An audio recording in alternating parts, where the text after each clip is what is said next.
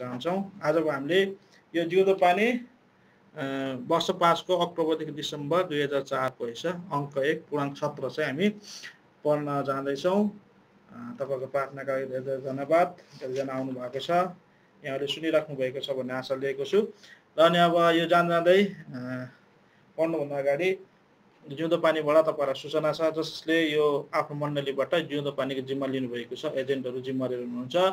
तपाईँहरूले छिटोभन्दा छिटो जिउँदो पानीको परिवार हाम्रो दाजु भिनेहरूलाई त्यो नम्बर दिइन्छ, त्यहाँ तपाईँहरूले सम्पर्क गरेर छिटोभन्दा छिटो यो जिउँदो पानीको लागि आफ्नो नम्बरहरू टिपाउनुहोस्। उहाँहरूले तपाईँहरूलाई यो युजर आइडी पासवर्डहरू पठाउनुहुनेछ है। तपाईँले आफ्नो पासवर्ड WhatsApp नम्बर चाहिँ पठाउनुहोस्। अनि जतिजनाले अहिलेसम्म सब्सक्राइब गर्नुभएको छैन जिउँदो पानी, तपाईँहरूले अनलाइनबाट सब्सक्राइब गर्नको लागि, अनलाइनमा पढ्नको लागि, तपाईँ संसार कुनै पनि कुरामा बसेर जिउँदो पानी पढ्न चाहनुहुन्छ भने आफ्नो मोबाइलबाट, आफ्नो ल्यापटपदेखि तपाईँहरूले हाम्रो यो जिउँदो पानी सब्सक्राइब गर्नुपर्छ। त्यसको लागि त्यहाँ दिएको नम्बरहरू छ, त्यो नम्बरदेखि तपाईँहरूले कन्ट्याक्ट गरेर गर्न सक्नुहुन्छ। धन्यवाद। आज यो पढ्नको लागि हामी सुरुमा प्रार्थना गर्छौँ। प्रार्थना गर्नको लागि हाम्रो दाजु जसराज राई हुनुहुन्छ, यहाँले प्रार्थना गर्नुहुन्छ।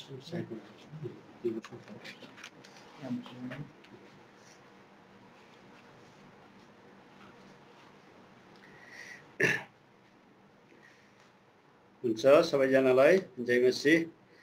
हस्, यो जिउँदो पानीको निम्ति पढ्नको निम्ति प्रभुले हामीलाई सहायता गरून् भनेर प्रार्थना गर्नेछौँ हामी छुटो है। हाम्रा अत्यन्तै महान दयालु प्रेमी अनुग्रहकारी सामर्थी सित्तैमा मुक्तिदाता उद्धारकर्ता सारा जगतका मालिक सर्वव्यापी सर्वज्ञानी सर्वपवित्र परमेश्वर पिता, तपाईँलाई धन्यवाद होस्। प्रभु साँच्चै नै तपाईँको दया अनुग्रह भयो, तपाईँ परमेश्वरले सहायता गर्नुभयो। प्रभु साँच्चै नै बितेका दिनहरूमा पनि तपाईँ परमेश्वरको चरणमा रहिकन यसरी सबै तपाईँको राज्यको कामहरू र तपाईँ परमेश्वरको साँच्चै नै विश्वासका कामहरू गर्नमा प्रभुले सहायता गर्नुभयो। र सबै सेवाकाईहरू र सबै हाम्रो काम परिस्थितिहरूलाई प्रभुले हामीलाई डोर्याउँदै आजको दिन समय घडीमा दिनुभयो। र बितेका दिन केही समयदेखि प्रभु यसरी चाहिँ यो तपाईँको यो नाममा जति पनि प्रभु तपाईँको कामहरू भइरहेका छन्, प्रभु साँच्चै नै तपाईँ परमेश्वरले जुन कामहरू दिनुभएको छ त्यो काम चाहिँ गर्दै आउनको निम्ति तपाईँको साँच्चै नै दास छोराहरूलाई छोरीहरूलाई प्रभु त्यो अनुमति दिनुभएको कारण प्रभु यसरी चाहिँ जिउँदो पानी पढ्दै आउने जुन यो लगोमा आज प्रभु यसरी चाहिँ फेरि जिउँदो पानी पढ्नको निम्ति तपाईँ परमेश्वरको चरणमा आएका छौँ।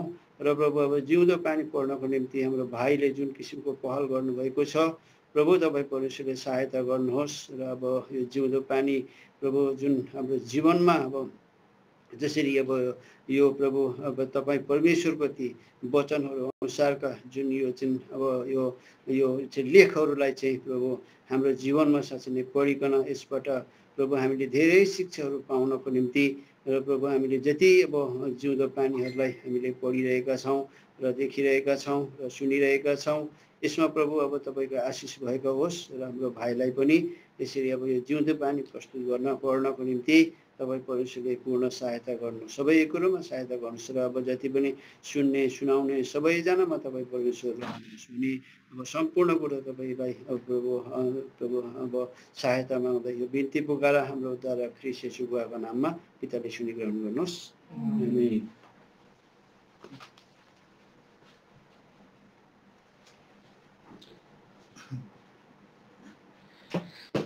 हुन्छ, धन्यवाद। हाम्रो दाजु जसराज राई हुनुहुन्थ्यो, उहाँले प्रार्थना गरेर गइसक्नु भएको छ। अब हामी जिउँदो पानी पढ्नको लागि यहाँ तयार भएका छौँ। तपाईँले सुनिराख्नु भएको छ भने हामीलाई तपाईँले यसो मेसेज गरिदिनुहोस् है, सुन्नु भएको छैन। अघि त आवाज नआएर रहेछ, अहिले चाहिँ आएको छ भन्ने आशा लिएको छु है। अनि यो जिउँदो पानी चाहिँ हामीले आजको जिउँदो पानी चाहिँ यो कति भाग भनेपछि वर्ष 5 को अक्टोबर डिसेम्बर 2004 को हो यो। अनि यहाँ चाहिँ अङ्क 1 पूर्णाङ्क चाहिँ 17। अब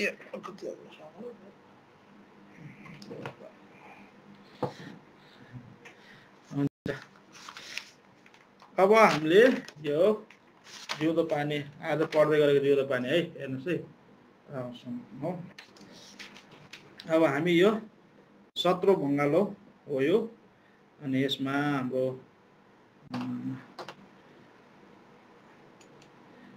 हाम्रो यो जिउँदो पानी टेक्स्टले यहाँ अगाडि एउटा साबर लेख्नुहुन्छ, त्यसको लागि हामी यहाँ हेर्दैछौँ है। अब यो चाहिँ कथा होइनन् जिउँदो पानीका लोप लाग्दा पक्षहरू भनेर यहाँ आएको छ पहिलो पृष्ठमा है। यो 17औं शताब्दीतिरकै सत्य कथा रहेछ है। स्कटल्यान्डको एउटा सानो गाउँले परिवारमा सेवारत एक पास्टरका सेवादेखि त्यसै बाउठिएका अगुवाहरूले तिनलाई दिनरात ख्याङ गर्थे। तिनको सेवा 3 न 13 को छ भन्ने फतुरो लगाई तिनलाई त्यहाँबाट खेदौरी लगाउने भएछन्। खासैमा चाहिँ त्यो गाउँ एउटा अप्ठ्यारो ठाउँ थियो। त्यहाँका मानिसहरू सत्यप्रति टेपुच्छर नलाउने, ढुङ्गिला हृदय भएका, निर्मोही, सत्य भन्नासाथ 12 हात परतिरबाटै चिडिहाल्ने खालका रहेछन्। फलत यस्ता मान्छेहरूका जमातमा सेवा गर्ने ती पास्टरका कार्यबाट एउटै व्यक्ति पनि प्रभुमा बाँचेर आउने काम ठ्याम्मै भएन छ। तथापि एक दिन तिनले गरेको सत्य प्रचारको प्रत्युत्तर आएछ। एक आइतबार धमाधम सेवा हुँदै गर्दा प्रभु भोजको प्लेटबाट बाँड्दै जाँदा एउटा जवान केटोले प्रभु भोजको प्लेटलाई भुइँमा राखी त्यसमाथि गरप्प टेकी उभिएछ।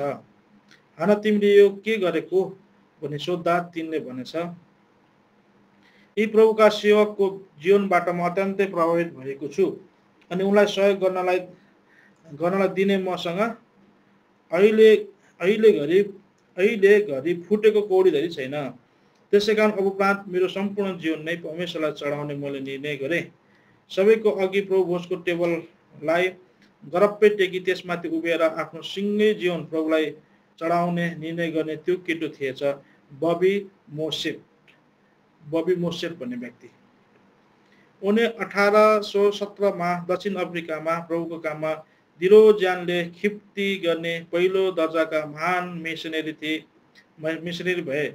धेरैका जीवनलाई उथलपुथल पार्न परमेश्वरले उनलाई स्वर्गीय तरिकाले प्रयोग गर्नुभएको थियो। तर यस्तो महान सुकार्य त्यो गाउँले सानो मण्डलीमा कार्यरत सबैबाट सधैँ हेलिएका एक निरही पास्टरको विश्वासयोग्य कार्यबाट सुरु भएको थियो। जिउँदो पानीका सरसिला पक्षहरू पनि ती विश्वासयोग्य बेनाम हेलिएका पास्टरको निस्वार्थ कार्यसँग कताबाट मिल्दाजुल्दा छन्। आफ्नै सीमा दाएर गल्छेडी चिरा र फाँटहरूलाई समेटेर बग्दै अब जिउँदो पानी 5 वर्ष दोभानतिर सत्र बग्दैछिन्। जिउँदो पानी पनि हुन्छ र यस्ता चोसो उष्ण प्रश्नहरूलाई नै सिचेर अथक बन्नु छ जिउँदो पानीले। हुन पनि हो, जिउँदो शब्दभित्र अलिकति चहल पहल, गतिशीलता, श्वास प्रश्वास निश्वासहरू परिभाषित र पुनरोत्थित भएछन् भन्ने फुइयाको जिउँदो।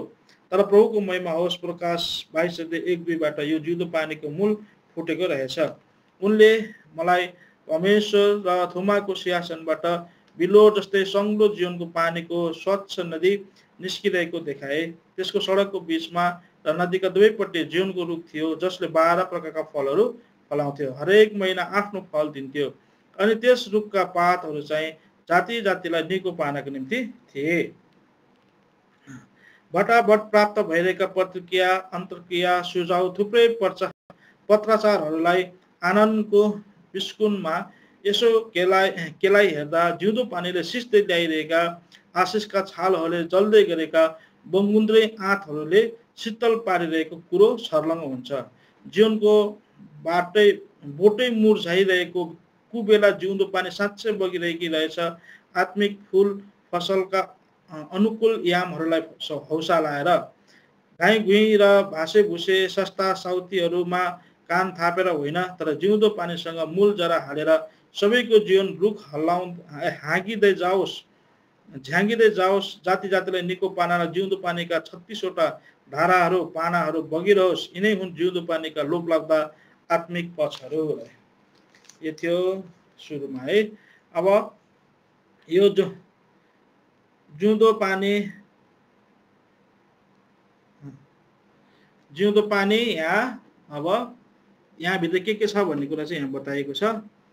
अनमोल वरदान है पहिलो, त्यसपछि ह्यारी पोस्टरको बारेमा परमेश्वरको महिमा फर्किआएको, दोस्रो कुरा चाहिँ तेस्रो चौटिएका मुटुका टुक्राहरूलाई है, अनि प्रभुको प्रेमको अनुकरण गर्दै है, आत्मिक कडी चन्दनदेखि येशू ख्रीष्टसम्म सुरक्षाको पानी, प्रेम त्यो कलभरीको, उदासी दुखी र दया हृदयभरि बगैँचामा सावधान, जे भयो राम्रै भयो, थाक्नु भएको छ बिसाउनुहोस् न भन्ने पाठक प्रतिक्रिया, जिउँदो पानीका मुहान, फेरि सेवा सुरु हुन्छ है, आधुनिकताको टालो, बाइबल प्रश्नोत्तर प्रतियोगिता यसमा भएका हुने होला के अरे जिउँदो पानीको यो पाठहरू हुन् है। सुन्दै हुनुहुन्छ होला है? सुन्दै हुनुहुन्छ भने आशा लिएको छु। यहाँ अब बिमाल भाइ मगरले चाहिँ नो साउन्ड भन्नुभएको रहेछ। तपाईँले सुन्नुभएको छैन? खबर गर्नुहोस् है।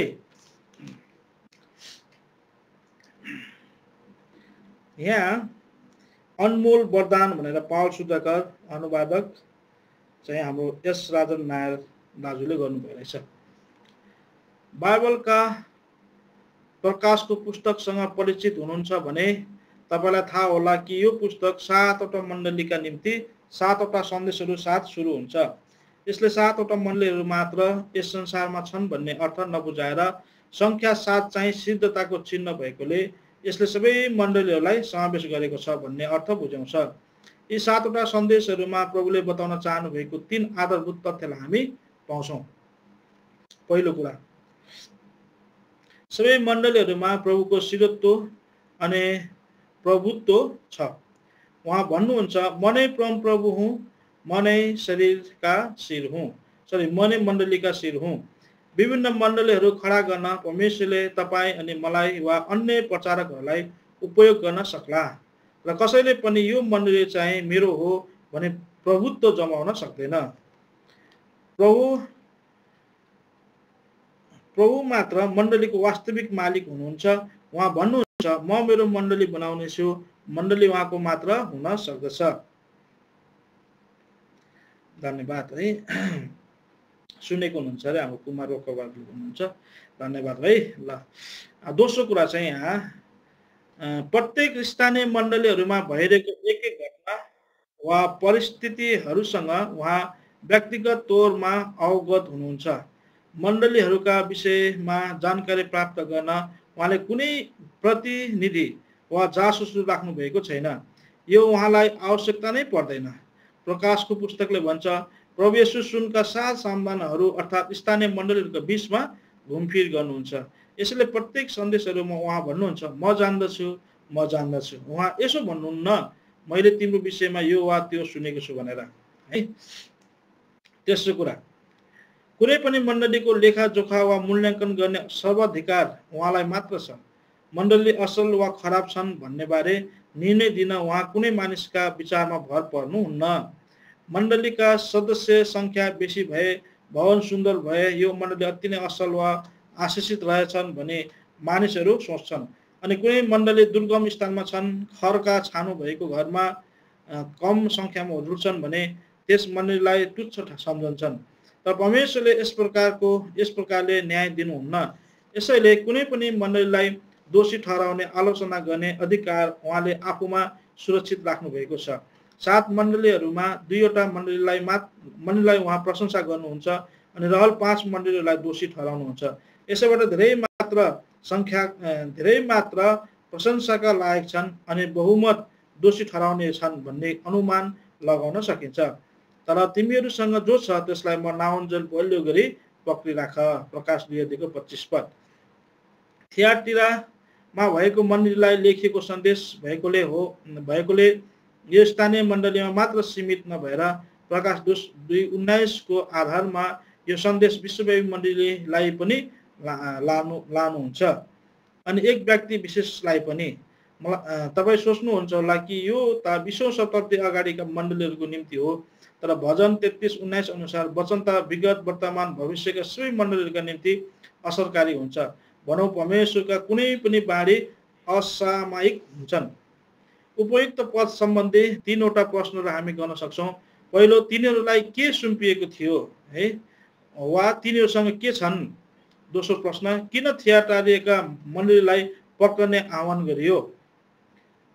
के तिनीहरूले ती कुराहरू हराउन आँटेका थिए? तेस्रो प्रश्न, कहिलेसम्म पक्रिराख्नु? यस प्रश्नको उत्तरमा प्रभु भन्नुहुन्छ,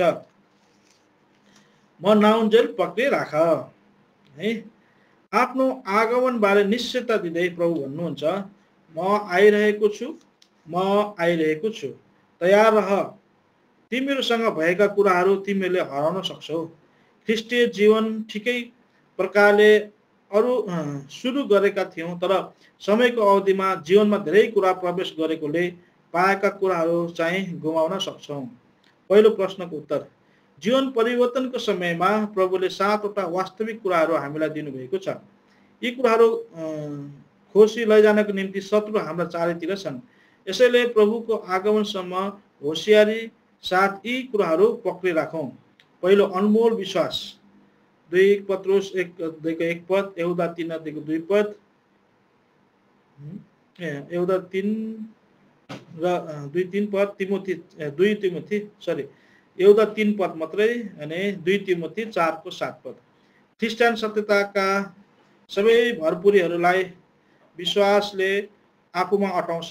दोस्रो, महिमित सुसमाचार। 2 कोरिन्थी 4:4-7। यो सुसमाचार हाम्रा माटाका भाँडामा दिएको छ। यो सुसमाचार क्रुस केन्द्रित अर्थात् ख्रिस्ट केन्द्रित सुसमाचार हो।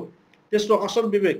प्रभुलाई चिन्न अगाडि हामीमा दोषी विवेक थियो, अशुद्ध पनि दोष लगाउने। तर जब हामीले हे प्रभु म पापीमाथि दया गर्नुहोस् भनी पुकारा गर्यौं, उहाँले हाम्रा पापलाई बहुमूल्य रगतले धोएर हाम्रो विवेकलाई चोखो शुद्ध पार्नुभयो। यसै विवेकलाई अन्त्यसम्म चोखो राख्न उहाँले आह्वान गर्नुहुन्छ। 1 तिमोथी 1:19 पद। चौथो, परमेश्वरको वचन। फिलिप्पी 2:16। संसारमा लगभग 6500 बोलिने भाषाहरू छन्। बाइबलका केही भागहरू लगभग 3000 भाषाहरूमा, पुरा नयाँ नियम लगभग 1000 भाषामा, अनि पुरा बाइबल लगभग 500 भाषाहरूमा अनुवाद गरिएको छ। हामी ती कम संख्यामा परेका सौभाग्यशाली मानिसहरू हौँ जसको भाषामा बाइबल अनुवाद भएका छन्। तर हामी होशियार भएनौँ भने बेसी दण्डका योग्य हुनेछौँ। कारण न्यायको दिनमा बहुसंख्यक जसका भाषामा बाइबल अनुवाद गरिएका छैनन्, तिनीहरूले भन्नेछन्, प्रभु न्याय दिनुहोस्, कारण यिनीहरूले तिनीहरूका भाषामा बाइबल अनुवाद भएर पनि परमेश्वरको वचनलाई तिरस्कार गरे। पाँचौं, परमेश्वरले मण्डलीका शिर हुनलाई ख्रिस्टलाई दिनुभयो। कलसी 1:18। तर कलसीका मण्डलीले शिरलाई नपकेका हुनाले कलसी 2:19 स्वर्गदूतको पूजा गर्नुपर्ने एक नयाँ शिक्षा सुरु भए। यो शिक्षा यस प्रकारको छ, ख्रिस्ट अति नै पवित्र हुनुहुन्छ अनि मानिस जाति अति नै पापी। यसैले कुनै मानिसले ख्रिस्टलाई छुन सक्दैन। ख्रिस्टलाई स्पर्श गर्न चाहनेले आफूभन्दा अलिक बेसर स्वर्गदूतलाई छुनुपर्छ, अनि त्यो स्वर्गदूतले आफूभन्दा अलिक बेहतरलाई छुन्छ। यसरी स्वर्गदूतहरूको सिँढी बनिन्छ, अनि एक पछि अर्काको स्पर्शमा भए सबैभन्दा उत्तम स्वर्गदूतले ख्रिस्टलाई छुन्छ। यसरी ख्रिस्टको उपासना गर्न चाहनेले आफूभन्दा अलिक उत्तम नजिकको स्वर्गदूतलाई उपासना गरे। एउटाबाट अर्को गर्दै उपासना ख्रिस्ट कहाँ पुग्छ। यो शिक्षा आधा सत्य अनि आधा झुटो छ। सत्य के हो भने ख्रिस्ट अति नै पवित्र हुनुहुन्छ अनि हामी अनुग्रहद्वारा बचाइएका अति नै पापी। तर खाँटी शिक्षा चाहिँ के हो भने ख्रिस्ट चाहिँ परमेश्वर अनि मानिसको बीचमा एक सिद्ध मध्यस्थता हुनुहुन्छ। उहाँद्वारा हामी परमेश्वर कहाँ पुग्न सक्छौँ। यसैले बाइबलका शिक्षादेखि टाढो गराउने कार्य शैतानले गर्छ। आधा सत्यता पूर्ण झुटो। कलसीमा भएको मण्डलीले झुटलाई स्वीकार गरी ख्रिस्टलाई पनि विश्वास गर्दै स्वर्गदूतको पूजा गर्न थाले अनि शिरलाई पक्रेनन्। कोही बेला त स्वर्गदूतको रूपमा कसैले कुनै कुशल वक्ता वा सुन्दर प्रचारकको पूजा गर्छन्। परमेश्वरको सेवकको प्रशंसा गर्न सकिन्छ, तर उनीहरूको उपासना चाहिँ गर्नु हुँदैन। कारण उत्तम भन्दा उत्तम प्रचारक वा सेवकको केही न केही घटी-कमी वा कमी कमजोर हुन्छ नै। केवल ख्रीष्ट मात्र सिद्ध हुनुहुन्छ। उनी ख्रीष्टप्रतिको हाम्रो सम्बन्ध, हाम्रो भक्ति, हाम्रो उपासनालाई कुनै पनि मानिसमा स्थानान्तरण गर्नु हुँदैन। हामीलाई ख्रीष्ट कहाँ ल्याउन परमेश्वरले कुनै सेवकलाई उपयोग गर्न सक्ला, तर हाम्रो आत्मिक सम्बन्ध चाहिँ ख्रीष्टसँग मात्र हुनुपर्छ। ख्रीष्टका सेवकहरूका विचारधारा आज बक्तिस्मा दिने यूहन्नाको जस्तो हुनुपर्छ। अनि तिनीहरूका सेवकाईद्वारा मानिसहरू आउँदा यूहन्ना भन्छन्, हेर परमेश्वरको थुमालाई जसले संसारको पाप उठाइ लानुहुन्छ। यदि कोही ख्रीष्टका साँचो सेवक वा सेविका हुन् भने तिनीहरूले कहिले पनि आफ्नो इच्छा चाहनालाई आफ्ना झुन्डप्रति जबरजस्ती लगाउन चाहँदैनन्। तिनीहरूले भन्नुपर्छ, प्रार्थना गर, परमेश्वरको इच्छा के छ बुझ अनि उहाँको इच्छा अनुसार गर। प्रभुका सेवक अगुवाहरूमा आफूलाई सबैले प्रशंसा गरून् र उपासना गरून् भन्ने प्रवृत्ति आउने खतरा छ। हामी जोग्यौँ। छैटौँ कुरा, परमेश्वरले हामीलाई दिनुभएको सेवालाई हामी पक्रिराखौँ। 2 कोरिन्थी 4:1। उहाँको शरीरको उन्नतिका निम्ति प्रभुले हामीलाई एक विशेष काम दिनुभएको छ। प्रार्थना सहित हामीलाई दिनुभएको सेवा कार्य एवं सेवा क्षेत्रबारे हामीले परमेश्वरको इच्छालाई बुझ्नु परेको छ। परमेश्वरले हामीलाई दिनुभएको योग्यता वा दानलाई जान्न खोज्नु अनि सेवा कार्यको क्षेत्रलाई बुझ्नु चिन्नु, यी दुई कुरामा हाम्रो क्रिस्चियन जीवनको सफलता निर्भर गर्छ। आफ्नै सेवा क्षेत्रमा विश्वास योग्य रह्यौँ भने उहाँले हामीलाई सफल घोषित गर्नुहुनेछ। धेरैचोटि हामी परमेश्वरले हामीलाई राख्नु भएको जगदेखि बाहिर वारिपारी हेरी पठाउँछौँ अनि सीमा नागेर जान चाहन्छौँ। हाम्रा छिमेकी सफल भएको देख्दा ईर्ष्या देहले गर्दा आफ्नो क्षेत्र छोडी अर्को क्षेत्रमा पछि पठाउँछौँ। यो पहिलो खतरा हो। दोस्रो, अर्कोले पारिपट्टि ठिक प्रकारले काम नगरेको देख्दा उसलाई सघाउन पुग्छौँ अनि अर्काको कार्य हस्तक्षेप गर्न पुग्छौँ। न्यायको दिनमा प्रभुले फैसला दिनुहुन्छ। मैले तिमीलाई दिएको कार्य तिमीले पूरा गरेनौ, अर्कोलाई दिएको कार्यमा हात हाल्यौ, यसैले तिमी असफल भयौ। हाम्रो प्रभु अति नै अनुग्रहमय अनि विचारशील हुनुहुन्छ। उहाँले मात्र काम गर्नुहुन्न तर सिद्धाउनलाई अनुग्रह अनि प्रशस्त समय पनि दिनुहुन्छ। यसर्थ हामी आत्तिनु पर्दैन। अहो, यति धेरै काम मैले कसरी सिद्ध्याउनु? यस्तो हुनै सक्दैन। हामीले अरूको काममा बाधा हाल्दा मात्र हाम्रो काम अपूर्ण रहन्छ। ख्रीष्टको उदाहरण हेरौँ। उहाँले 33 सालले संसारमा जीवन बिताउनु भयो, तर केवल 3 वर्ष मात्र अर्थात् 11:1 को अनुपातमा काम गर्नुभयो। 12 वर्षको उमेरमा सम्पूर्ण पवित्र शास्त्रको ज्ञान भएर पनि 30 वर्षसम्म चुप लाग्नुभयो। सेवाकालमा 200 माइल भन्दा धेरै बेसी यात्रा गर्नु भएन। उहाँले कहिले किताब लेख्नु भएन, न त विश्वविद्यालय नै स्थापना गर्नुभयो। मानिसको दृष्टिमा कम्ती मात्र काम गर्नुभयो, तर यो कम्ती नै यति गुणात्मक छ कि यसले पुस्ता पुस्तालाई आशिष दिइरहेको छ। आज हामी 14-15 वर्षमा नै बाइबलका कम ज्ञान भएर पनि 100 माइल टाढो गई सेवा गर्न चाहन्छौँ। मानिसले गन्ती गर्छ, तर प्रभुले गुणस्तर हेर्नुहुन्छ। सुरुमा प्रभुले भन्ने गर्नुहुन्थ्यो, मैले काम सिद्धाउनु छ। सेवाकालको बिचमा भन्नुभयो, दिन हुँदा नै मैले काम गर्नु छ। मृत्युको समयमा विजयको साथ घोषणा गर्नुभयो, पिता तपाईँले दिनुभएको कामलाई मैले सिद्धाएँ, अब सब पुरा भयो। त्यो व्यक्ति धन्यको हो जसले आफ्नो मृत्युशय्यामा भन्न सक्छ, परमेश्वरको प्रशंसा होस्, उहाँले मेरो जीवन कालमा दिनुभएको सेवा कार्यलाई मैले पूरा गरेको छु। 7औं, आशा। हिब्रू 6:14 पद। सबै प्रकारका सङ्कट अनि चापमा उहाँले दिनुभएको आशालाई पक्रि राख्नु छ। राज्य दिनलाई प्रभुले हामीलाई बचाउनु भएको हो। लुका 12:3, प्रकाश 2:10 पद, प्रकाश 3:21 पद। क्रिस्चियन जीवनको अन्त चिहान होइन तर महिमा हो, कब्रस्तान होइन तर मुकुट हो, मृत्यु होइन तर प्रभुता हो। एक सांसारिक मानिस, स्वार्थी मानिसको निम्ति अन्तिम पूर्ण विराम राखिएको छ अनि पछि मुख बाएको चौडादार अग्निकुण्ड। तर हे प्रभुका सन्तान हो, अहिले विपत्ति, सङ्कष्ट, विरोध, बदनामी बीच बाँचिरहनु भएको होला, तर तपाईँको निम्ति आशा छ। यो दुःख क्षणिक छ, अनन्त प्रभुको साथमा बिताउन पाउनुहुनेछ। प्रभु राज्य गर्न यरुसलेममा आइरहनु भएको छ। उहाँले स्थापना गर्नुभएको राज्यमा हामी पनि उहाँसँगै राज्य गर्नेछौँ। अविनाशी राज्यमा कहिले नमुर्झाउने मिरास पाउनेछौँ। त्यहाँ हाम्रा निम्ति महलहरू हुनेछन्। यही आशामा हामी परिश्रम गर्छौँ। हाम्रा परिश्रम व्यर्थमा जाने छैन। हामीले विश्वासयोग्य प्रभुबाट इनाम पाउनेछौँ। मानिसहरूले, मण्डलीले सायद हाम्रो वास्ता नगर्ला, हामीलाई इनाम नदेला, भुल बुझाबुझ गाली अपमान गर्ला। त्यस समयमा मोसालाई सम्झुनुहोस्।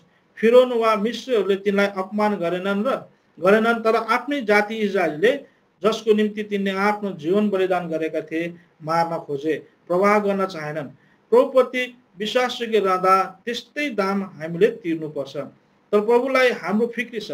हामीले गरेको परिश्रम उहाँले जान्नुहुन्छ। यो आशालाई पक्रिराखौँ, अनमोल विश्वासलाई, महिमित सुसमाचारलाई, असल विवेकलाई, परमेश्वरको वचनलाई, मण्डलीका शिर ख्रिस्टलाई, सेवालाई अनि अनन्त आशालाई। थियाटायरका मण्डलीलाई दिएका यी बहुमूल्य कुरालाई पक्रिराख्ने सन्देश आज हामीलाई पनि छ। यसैले हामी सानो जुन बाँकी रहेका जनहरू भए तापनि यी बहुमूल्य वरदानहरूलाई बलियो गरी पक्रिराखौँ भनेर यहाँ जिउँदो पानी डेस्कबाट यो पावल सुधाकर भाइजीले लेख्नु भएको, दाजु राजा नारायण दाजुले उल्था गर्नुभएको छ। यहाँ कुरा बताउँछ, ज्योतितिर भनेर एउटा सानो यहाँ लेख रहेछ। सीमा राई, माउन्ट मोरिया प्रार्थना भवन, माबु इलाम, नेपालबाट छ। कविता। बेस्वादिलो थियो यो मेरो जीवन, पापमै संसारमा बाँचिरहँदा। यसु ख्रिस्टले बोलाए मलाई, प्रेमिलो आवाज दे। अन्धकारमा रुम्लिएको मेरो जीवन, आज प्रभु ख्रिस्टले ज्योति दिए, जसद्वारा मैले शिक्षा र विवेक प्राप्त गरेँ, जीवनको मार्ग र शान्ति पाएँ।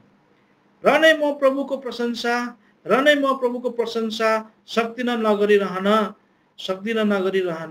र नै म प्रभुलाई धन्यवाद नदिई सक्दिन रहन। मित्र के तपाईँ पनि यस्तै अन्धकारमा हुनुहुन्छ भने आज नै प्रभुलाई लिनुहोस्, अनन्त ज्योतिलाई पहिरिनुहोस्। छोटो कविता रहेछ है। अब यहाँको छ चेतावनी सम्बन्धी ह्यारी पोटरको बारेमा। हाम्रा नानीहरूका लागि एक खतरनाक नायक चाहिँ ह्यारी पोटर भनेर यहाँ बताएको छ, अनि उहाँको बारेमा चाहिँ यहाँ चाहिँ बताएको छ है। यो चाहिँ डाक्टर माइक नोरिस टेनिसले लेख्नु भएको रहेछ, अनि यसलाई अनुवादक चाहिँ हाम्रो दाजु सेत राईले गर्नुभएको छ। मैले तपाईका नानीहरूलाई डर देखाउन चाहेको होइन, तर यस विषयमा जनाइदिनु मेरो कर्तव्य हो, ताकि यो जादु मन्त्रतन्त्र हो भनी नबुझी उनीहरू फसिन सक्छ। म यस विषयमा कसरी आफैलाई पवित्र शास्त्र बाइबलबाटै बताउँछु, कसरी आफैलाई र परिवारलाई जोगाउनु पर्छ, सो बारे ह्यारी पोटरको चरित्र सन्देश अनौठो छ। आज दुनियाँमा के भएछ यो दुःखद र हिंसापूर्ण छ। म शैतानको धुत्याइबारे जानिराख्नु अत्यावश्यक छ। शैतान छली छ, द डेभिल इज डिस्ग्युस। फिल्म र किताबहरूमा संसारभरि प्रचलित भएको ह्यारी पोटर वास्तवमा एक सुन्दर सानो छरितो केटो हो। उसलाई हेर्दा बाहिरी रूप त्यस्तो केही देखिँदैन, एक स्वाभाविक केटो झैँ देखिन्छ। जेके रोलिनद्वारा लिखित रचनालाई सिनेमामा उतारेको ह्यारी पोटरको श्रृङ्खलाले राष्ट्रहरूलाई हल्लाइरहेको छ। शैतान वास्तविक व्यक्ति हो, यसको चमत्कारी र व्यापक प्रभाव छ। यी दिनहरूमा आकाशीय शक्तिका राजकुमारले धेरै काम गरिरहेको छ। यसका प्रभावहरूमध्ये यो जादुगरी वा बोक्सी विधा पनि हो। मैले शैतानिका भूतप्रेत प्रतिको विश्वासको सम्बन्धमा मात्र लेखिरहेको होइन, यद्यपि भूत प्रेत र तन्त्र मन्त्र विद्या एक अर्कासँग नङ मासुको सम्बन्ध हो। म नयाँ युगको आन्दोलन विषय लिएर लेखिरहेको होइन। यद्यपि यो आन्दोलन र तन्त्र एउटै सिक्कामा दुई पाटा हुन्। वास्तवमा परमेश्वरले नभन्नु भएको कुनै पनि अचम्मको वा अनजान कार्य गरिन्छ, त्यस्ता कार्यहरू प्राय दुष्टतर्फबाट हुँदछ। यदि तिमीले केही जानेको परमेश्वरले चाहनु भए उहाँले तिमीलाई बताउनुहुन्छ। यदि उहाँले बताउनु भएन भने तिमीले यसको चाहना पनि गर्नु हुँदैन। परमप्रभुले तिमीलाई दिनुहुने देशमा तिमीहरू आइपुगेपछि त्यहाँ बस्ने जातिहरूका घृणित रीति रिवाजहरू नसिक्नु। जब हामी अमेरिकामा आयौँ त्यहाँका बासिन्दाहरूसँग हाम्रो भेट भयो जो अघिबाटै त्यहाँ थिए। तिनीहरूलाई हाम्रा परमेश्वरको विषयमा थाहा थिएन, यसैले तिनीहरूले बोक्सी विधा अनि यस सम्बन्धी धेरै कुराहरूमा अभ्यास गर्न थाले। हामीले ख्रीष्टको सुसमाचार त्यहाँ ल्यायौँ। हामीले तिनीहरूका अभ्यासलाई रोक्न चाह्यौँ र तिनीहरूका अभ्यासलाई हुन दिएनौँ। फलस्वरूप धेरै समयसम्म हामीले शुद्ध सिद्धान्तलाई देशमा पालन गरिरह्यौँ। बाइबलले भन्छ हामी यस्ता रीतिरिवाजहरू गर्दैनौँ। यी रीतिरिवाजहरू के हुन् त? भूत विधा साधारण विषय होइन, यो एकदमै दुष्टता हो अरे। आफ्ना छोराछोरीलाई आगोमा बलि गर्ने तिमीहरूको बीचमा हुनु हुँदैन। यो मानवीय बलिदान हो, एक सांसारिक धर्म विश्वासको अभ्यास वा भावी बताउने वा जोखना हेर्ने वा जादुगरी गर्ने, है, टुनामुना गर्ने जसले अवतार बताउँछ वा दुष्ट आत्माको विकास गर्ने अथवा माला बुट्टी ज्ञान मसान जगाउने झाँक्री भिजुवा इत्यादि जसले मित्र आत्मालाई बोलाउँछ। यी सबै काम गर्नेहरू परमेश्वरको दृष्टिमा घिनलाग्दछन्। यही कारण परमप्रभु तिम्रा परमेश्वरले तिमीहरूलाई तिम्रो अघिबाट धपाइदिनु भयो। परमप्रभु तिमीहरूका परमेश्वरको अघि तिमीहरू सिद्ध हुनु। तिमीहरूले अधिकार गर्ने जातिहरूको बीच जोखना हेर्ने र भावी बताउनेहरू छन्, तर परमप्रभु तिमीहरूका परमेश्वरले तिमीहरूलाई यसो गर्नु निषेध गर्नुभएको छ। व्यवस्था विवरण 18 अध्यायको 10 देखि 14 पदसम्म। पुरानो नियम बताउँछ तिमीले यसो नगर, है। नयाँ नियमको गलाती 5 अध्यायको 20 पदमा भन्छ मूर्ति पूजा र मन्त्र तन्त्रलाई औँलाएको छ। पुरानो नियममा मन्त्र तन्त्र र जादुगरीलाई के गरिन्थ्यो? मन्त्रतन्त्र गर्ने स्त्रीलाई जीवित नराख। प्रस्थान 22 अध्यायको 18 पद। कुनै पुरुष वा स्त्रीले झाँक्री बोक्सी वा जादु मन्त्रको काम गर्यो भने त्यसलाई मार्नै पर्छ। तिनीहरूलाई ढुङ्गाले हानेर मार्नु। तिनीहरूको अपराध तिनीहरूकै शिरमा परोस्। लेवी 20 अध्यायको 27 पद। बोक्सी र झाँक्रीहरू चाहिँ ठुलो दण्डको योग्य हुन्छन्। यसले बताउँछ यो कति घृणित थोक हो परमेश्वरको दृष्टिमा। हालैमा हाम्रो देशमा समाचार माध्यमहरूमा एउटा नयाँ पुस्तकले हलचल मचाएको छ। समस्त अमेरिकामा मानिसहरू घन्टौँसम्म तातीमा त्यस पुस्तक किन्नलाई खडा रहे र मध्यरातसम्ममा त्यो पुस्तक बिक्री गरियो। अहिलेसम्ममा यो पुस्तकको करिब 38 लाख प्रति बिक्यो। यो किताबले विशेष 10 देखि 12 वर्षका नानीहरूलाई लक्ष्य बनाएको छ, तर यस पुस्तकमा पौडहरूको पनि रुचि त्यत्तिकै बढ्दैछ। तर व्यापक रूपले बिक्री भइरहेको ह्यारी पोटरको यो पुस्तकलाई केवल मन्त्र तन्त्रको विधा मात्र हो, शैतानिक शिक्षाको छलपूर्ण परिचय। तिनीहरूले यसलाई कल्पना बनावटी भन्लान्, तर ती नानीहरू जसले त्यो पुस्तक पढ्छन् तिनीहरूका निम्ति यो तितो सत्य प्रकट हुन्छ। यो एउटा शैतानिक सिद्धान्त हो। ह्यारी पोटरको कथा यस प्रकार छ। ऊ यस्तो बालक हो जसको जन्म मन्त्रतन्त्र गर्ने स्त्रीबाट भयो। यस सत्यलाई केवल उसको 6औं र 7औं पुस्तकदेखि मात्र प्रकट गरिएको छ। हो वा होइन, उसको बाबु पनि त्यस्तै दुष्ट दाजु मात्र गर्ने हो भनी मानिन्छ। यो जोडा इङ्ल्यान्डको कुनै एक कुना जग्गामा बस्थ्यो र तिनीहरूलाई आफ्नो परिवार र समाजबाट तिनीहरूको कुकृत्यको कारण वर्जित गरिदिएका थिए। एक दिन ह्यारीले आफू वरिपरि अनेकौं कालो कालो लुगा लगाएका मानिसहरू देखे। उसलाई एउटा कालो बिरालोले दिनभरि पछाइरह्यो, तर उसलाई थाहा भएन कि के भइरहेछ। एउटा सानो केटालाई घरमा ल्याउन लागिरहेको थियो जसमा भयङ्कर शैतानिक शक्ति रहेछ।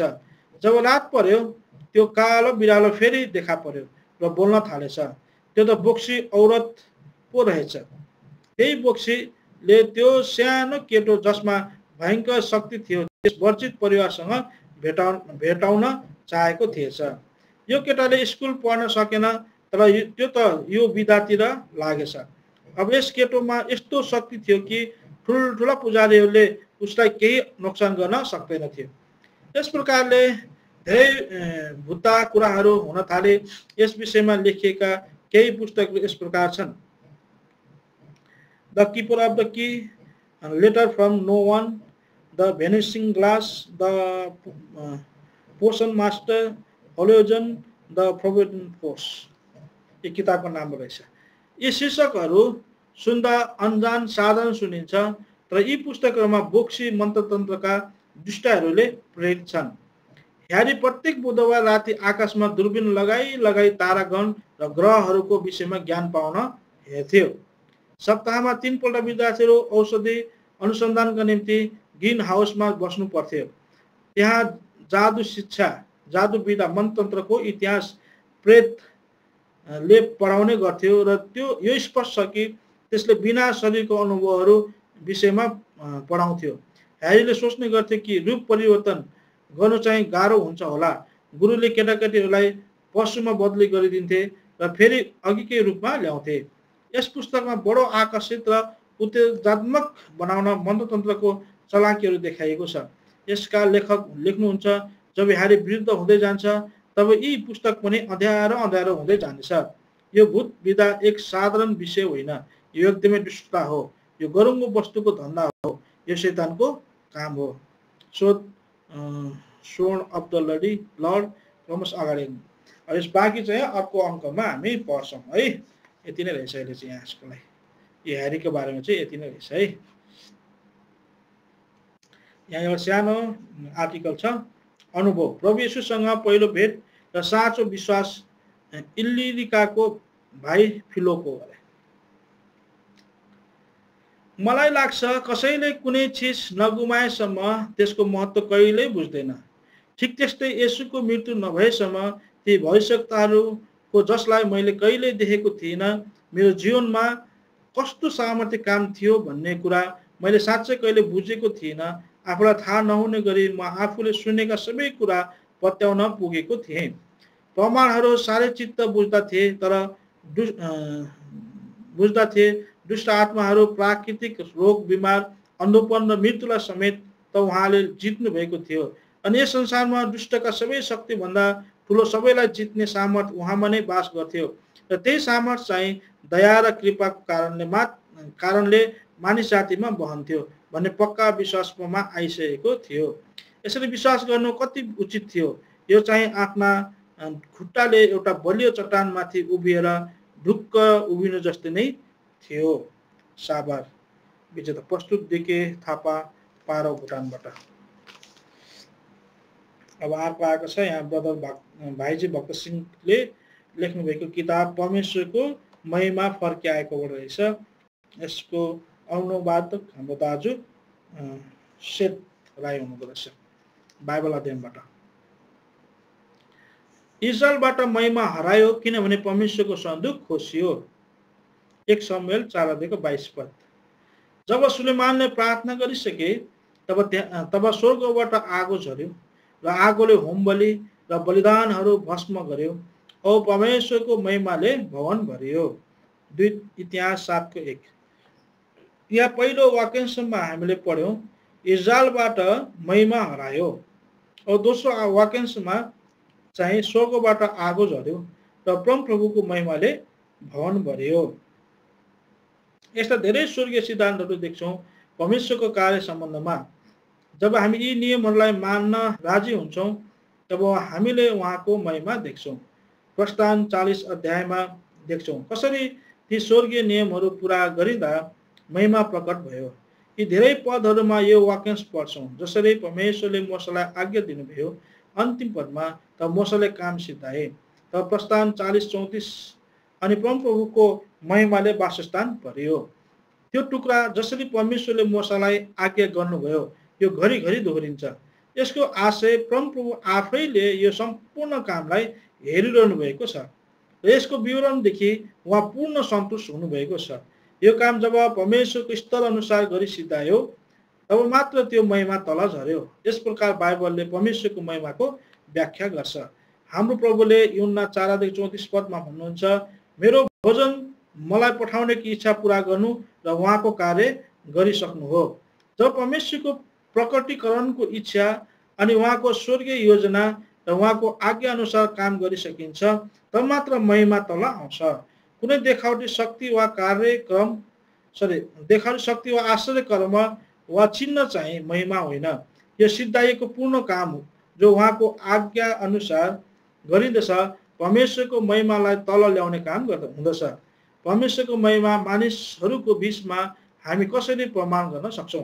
प्रथम, हामी गन्ती 6:86 हेरौँ। जब मोसा भेट हुने पालमा परमप्रभुसित कुरा गर्न भित्र गए तब दुई करूबहरूका बीचबाट साक्षी पार्टीको सन्दुक माथि रहेको कृपा आसन माथिबाट तिनले आफूसँग बोलिरहनु भएको बाणी सुने र परमप्रभु तिनीसित बोल्नुभयो। यहाँ हामी यो प्रमाण पाउँछौँ परमेश्वरको महिमा उहाँका मानिसहरूको बीचमा छ। परमेश्वर बोलिरहनुहुन्छ अनि आफ्नो हृदयबाट उहाँका आउनेहरूमा स्पष्टसँग प्रकट गर्नुहुन्छ।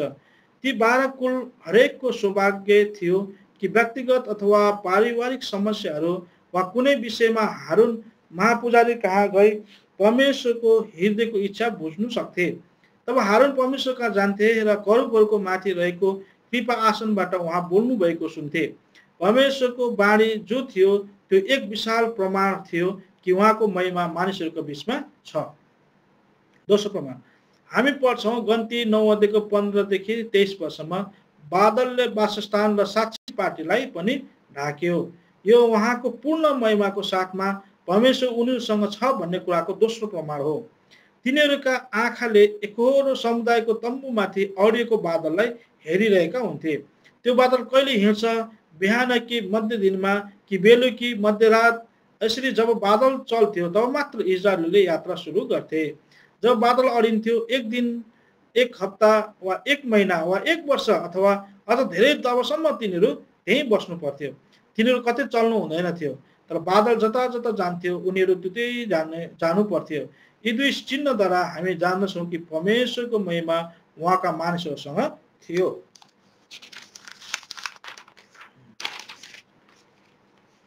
अब हामी 1 शमूएल 4:22 पदमा पाउँछौँ कि महिमा हरायो।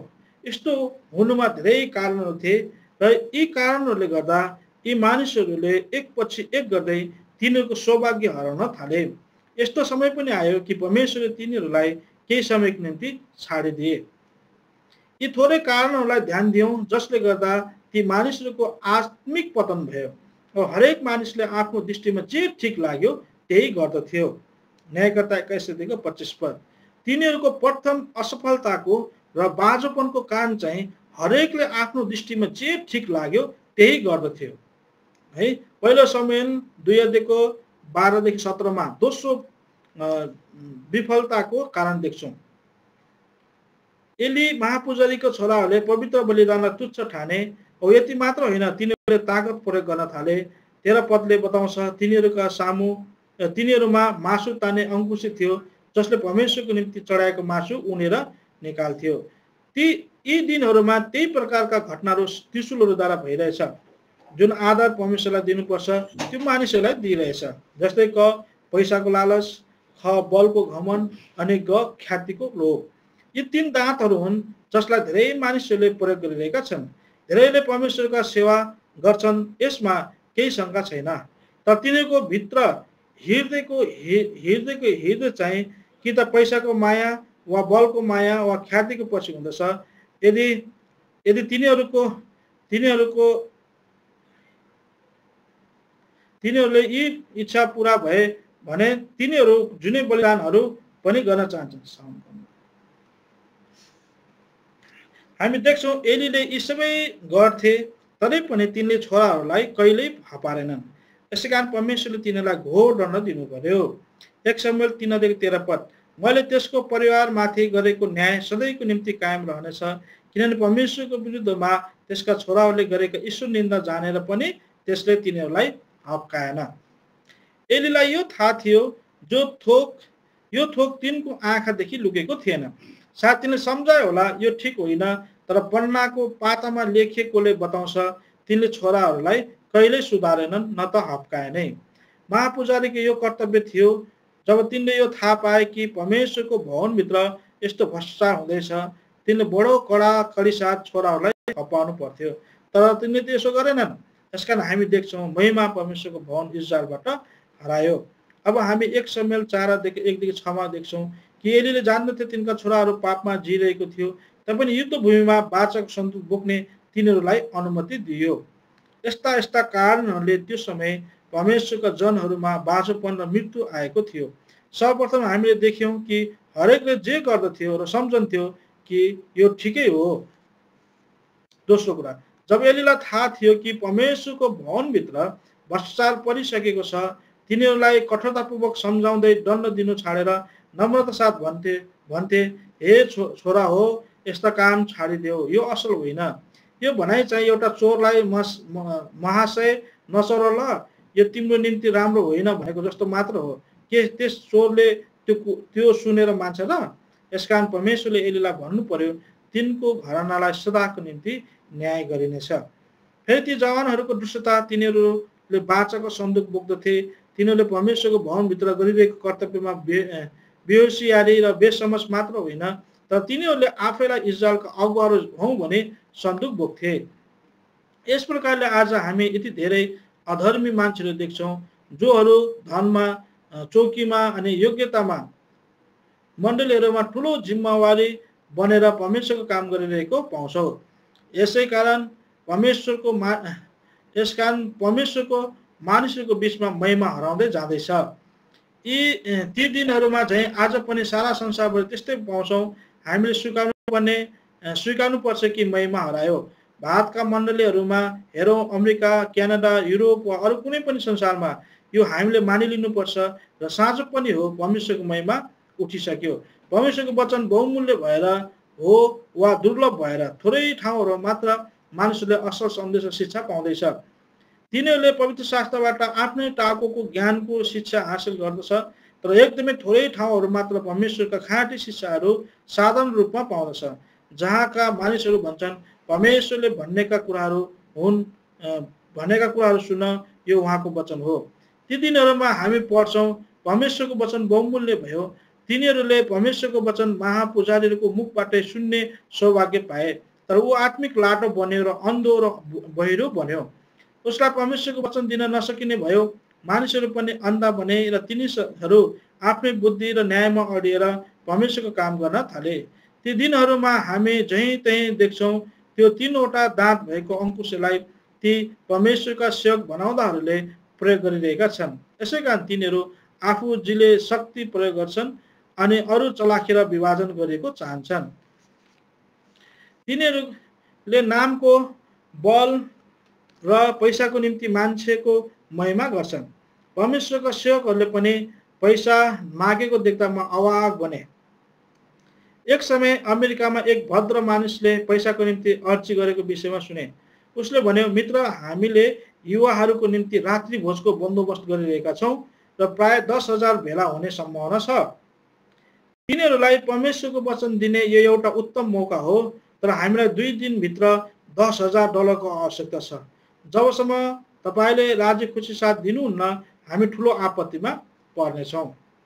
आज हामी देख्छौँ समस्त अमेरिकन्स इसाईहरूमा यस प्रकारको पाल परेको छ। तिनीहरूलाई पैसा माग्नुपर्छ। तिनीहरूले पत्रद्वारा माग्छन्, रिपोर्टहरूद्वारा अनि यस्ता विभिन्न तरिकाले माग्छन्। माग्दै प्रभुको सेवा गर्दा केही पनि आशिष छैन। हामी जीवित परमेश्वरलाई विश्वास गर्छौँ अनि उनैको प्रचार गर्छौँ। यदि परमेश्वरले हाम्रो पाप क्षमा गर्नुहुन्छ भने हाम्रो खाँचोलाई पनि पुरा गर्नुहुन्छ। एक दिन एकजना महिला मसँगै रेलगाडीमा यात्रा गरिरहेकी थिए। उसले मलाई भनिन्, कसरी परमेश्वरले तपाईँको खाँचोलाई पुरा गर्नुहुन्छ? तपाईँ भन्नुहुन्छ म कुनै संस्थाको होइन, तब कसरी प्रभुले तपाईँको आवश्यकता पुरा गर्नुहुन्छ? मैले भने, मलाई भन्नुहोस्, मैले अघि बताएको कुरालाई विश्वास गर्नुहुन्छ? परमेश्वरले मेरो पाप क्षमा गर्नुभयो। मैले मेरो साक्षी बताएँ कि कस्तै कठिनाइ होस्, तर जति पैसा खर्च गरेर संसारको जुनै पनि ठाउँमा जुन मान्छेले क्षमा दिन सक्छ त्यहाँ जानलाई म तयार थिएँ, तर कसैले सकेनन्। एक दिन मैले यसो भन्ने स्पष्ट आवाज सुने, मेरो छोरा, तेरो पाप क्षमा भयो। म तपाईँलाई बारम्बार भन्छु, प्रभु येशू ख्रिस्टले मेरो पाप क्षमा गरिदिनु भयो भनेर। मैले धेरै वर्षदेखि भन्दै आएको छु। के भन्न सक्नुहुन्छ? तपाईँको पाप क्षमा भयो? महिलाले भनिन्, अह, म सक्दिनँ, तर हुनसक्छ भविष्यमा भन्न सक्छु होला। राम्रो हो, यदि परमेश्वरमाथि विश्वास गर्नुभयो भने उहाँले मेरो खाँचोलाई पुरा गर्न सक्नुहुन्छ। सारा संसारमा भएको पैसाले मेरो पाप क्षमा गर्न सक्दैन। यदि तपाईँले परमेश्वरले पापीलाई क्षमा गर्न सक्नुहुन्छ भनेर विश्वास गर्नुभयो भने उही जीवित परमेश्वरले सबै मेरो खाँचोलाई पुरा गर्नुहुन्छ भने सजिलै विश्वास गर्नु सकिन्छ। यो मेरो व्यक्तिगत व्यावहारिक अनुभव हो। हामीलाई कसैसित पैसा माग्नु पर्दैन। यसो गर्नु चाहिँ विश्वासको कमी हो। यदि हामी परमेश्वरका सेवकहरू हौँ भने उहाँ आफ्ना सेवकहरूप्रति कहिल्यै चुक्नुहुन्न। कहिलेकाहीँ मानिसहरू पैसा होइन, ख्यातिको पछि पनि लागेका हुन्छन्। तिनीहरू ठुला सिफारिस खोज्छन् ताकि मानिसहरूले भनन्, कस्तो विशाल काम फलानाबाट भयो इत्यादि। यसले चाहना लिएर हामीले उहाँको काम गर्दैछौँ। त्यो समयमा कस्तो अवस्था थियो त? बाहिरी प्रकारले परमेश्वरको भवनको सेवा गरिरहेको थियो, तर प्रत्येक समय परमेश्वरका थोकहरू खोसिरहेको र उहाँको महिमा लुटिरहेका थिए। यसकारण परमेश्वरको महिमा मानिसहरूको मध्यबाट हराएको थियो। मलाई धेरै प्रभुका सेवकहरूले बडो दुःख साथ भन्थे, किन यस्तो भएको भाइजी?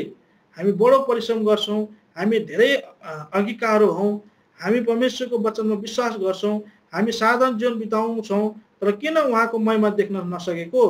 महिमा उठी गएको छ। तर जे होस्, हामी प्रभुकै वचनमा पाउँछौँ, त्यो महिमा फर्किआएको छ। 2 इतिहास 7:1 हामी देख्छौँ, परमेश्वरले हाम्रो कमजोरी मात्र बताउनुहुन्न, तर ती सबैको उपचार र उपाय पनि उहाँसँग छ। परमेश्वरले पापको विषयमा सफासँग बताउनुहुन्छ। संसारमा यस्तो कुनै शास्त्र पुस्तक छैन जसले बाइबलले जस्तो पापलाई उदाङ्गो गरी प्रकट गरेको छ। पाप कस्तो डरलाग्दो र भयङ्कर छ। परमेश्वरले यसलाई खुल्ला राख्नुहुन्छ, तर यसको उपायको बन्दोबस्त पनि गरिदिनु भएको छ। जब हामी 1 शमूएलदेखि 2 इतिहाससम्मको 6वटा पुस्तकहरूलाई पढ्छौँ, अध्ययन गर्छौँ, त्यहाँ 4जना मानिसहरू पाउँछौँ जोहरू परमेश्वरको हराएको महिमालाई फर्काएर ल्याउनमा ठुलो सहयोग पुर्याएका छन्।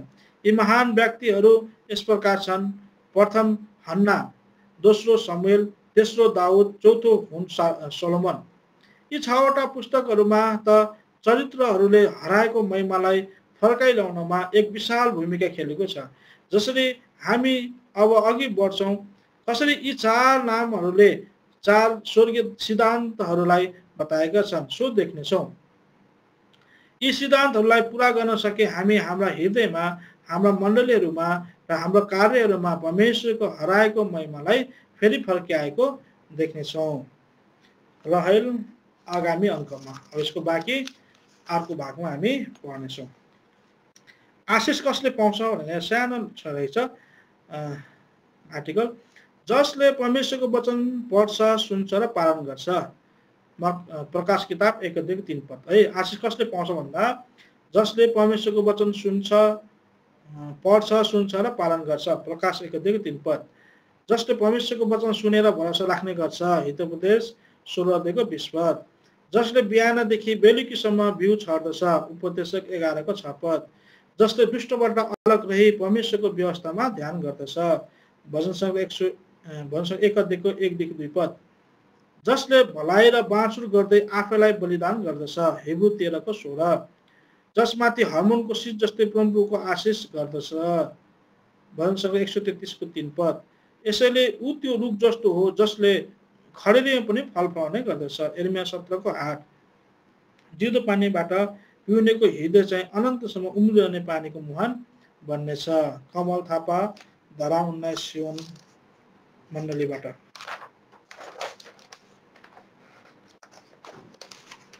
अब अर्को पाठ छ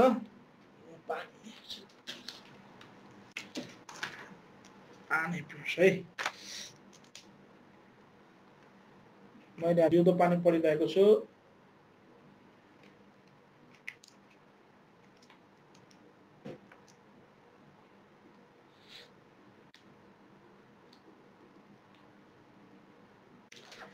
अबको भाग चाहिँ बाइबल अध्ययन चोइटिएका मुटुका टुक्राहरूलाई बटुलौँ भनेर चन्द्र राई गोसेन गोकबाट हुनुहुँदो रहेछ। नाइन सहरको मूल ढोकामा आज भिड छ।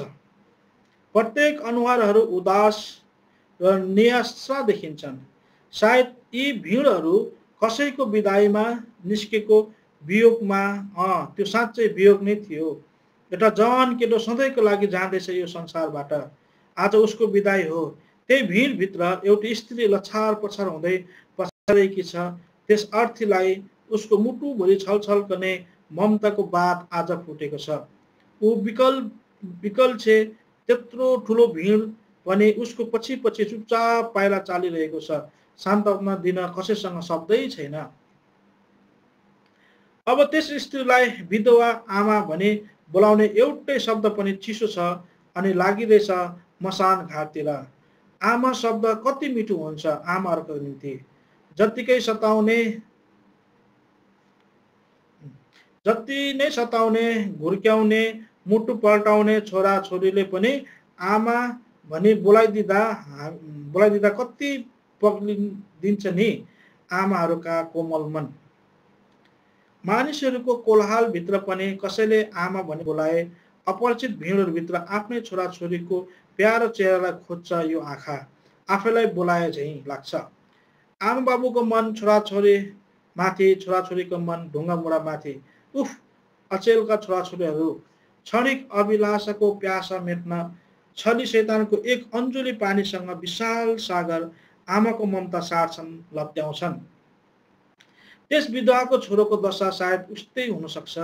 त्यो केटो पक्कै पनि त्यो माग्ने घाउरे लाजसको समकालीन त्यो धनी मानिस जस्तै हुनुपर्छ, जसले आफ्नो जीवन राम्रो खानु, राम्रो लाउनु र मोज मजा गर्नमा बिताउँथ्यो। लुका 16:19। मलामीको घुइँचो अन्दाज लगाउँदा त्यस विधवा सहरको निकै सुसम्पन्न र आदरणीय स्त्री हुनुपर्छ। एउटा गरिबको मृत्यु हुँदा त्यत्रो मलामी कहाँ हुन्छ र? कुकुर मर्यो कि बिरालो मर्यो नि, विधवा नै भए पनि ऊ धन मान इज्जतमा कम थिएनन् रहेछ। तर उनको त्यत्रो सुसम्पन्न जीवनमा पर्यायमा अझ एउटा कुराको अभाव थियो, प्रभु येशूको महान उद्धार र मुक्ति। यो एउटा रित्तो ठाउँ हो। उसको जीवनमा प्रभु यसलाई भर्न चाहनुहुन्छ। आज हाम्रा घरहरू यस आराम र सुख विलासका यावत थोकहरूले टम्म सजेवाट हुन्छ। तर सबैभन्दा महान प्रभुको स्थान रित्तो हुन्छ। त्यो रित्तो स्थान बरु टाइम पास, मनोरञ्जन र अभिलाषाका बाकसहरूले आँटी नाटी भरेको हुन्छ। अनि हाम्रा नानीहरूलाई हामी टाइम पास गर्दै पुरै लाइफ पास गरी पठाउँछौँ है। कति मजाले लेखेको रहेछ है। हाम्रा नानीहरूलाई हामीले चाहिँ टाइम पास गर्दै पुरै लाइफ नै पास गरी पठाउँछ। हामीले रात दिन धुप धुवाएर गरेको त पक्का अनुयायीहरू हुन्छन् हाम्रा अनुजहरू। हाम्रा नानीहरू कसका पुजारीहरू हुँदैछन् है। हाम्रा नानीहरू कसका पुजारीहरू हुँदैछन् त? हामी कसरी समयको प्रयोग गर्दैछौँ त? हामीलाई टाइम पास गर्न मनोरञ्जनका नाना थरी साधन चाहिन्छ नै भने तपाईँको उपस्थितिमा आनन्दको भरपुरी छ। भजन 16:11। यो पत्र अलग्गै च्याति फ्याँक्दा खेरो जाँदैन है। तपाईँको टाइम पास मनोरञ्जनको लागि नाना थरीका साधन चाहिन्छ भने भजन सङ्ग्रहमा चाहिँ यो 16:11 पदमा लेखिएको छ, तपाईँको उपस्थितिमा आनन्दको भरपुरी छ भन्ने पदलाई चाहिँ च्यातेर फाल्दा हुन्छ अरे। प्रभु हामीलाई यस्तै अवस्थाहरूको निम्ति हाय भन्ने विलाप गर्नुहुन्छ। लुका 6:24-25 पद। धनको पहिलोमा विधवाको परिवार यस्तै दुःख लाग्दो पो थियो कि उनले आफ्नो सबस्त धन दौलत माया ममता त्यही छोरामाथि न्यौछावर गरेकी थिए। जब छोरो मर्यो उसको सम्पत्तिको त्यहाँ केही होड चलेन। धन सम्पत्तिलाई प्रभु येशूले काँडाको रूप दिनुहुन्छ। लुका 8:14 प्रेरित पाउल लेख्नुहुन्छ 1 तिमोथी 6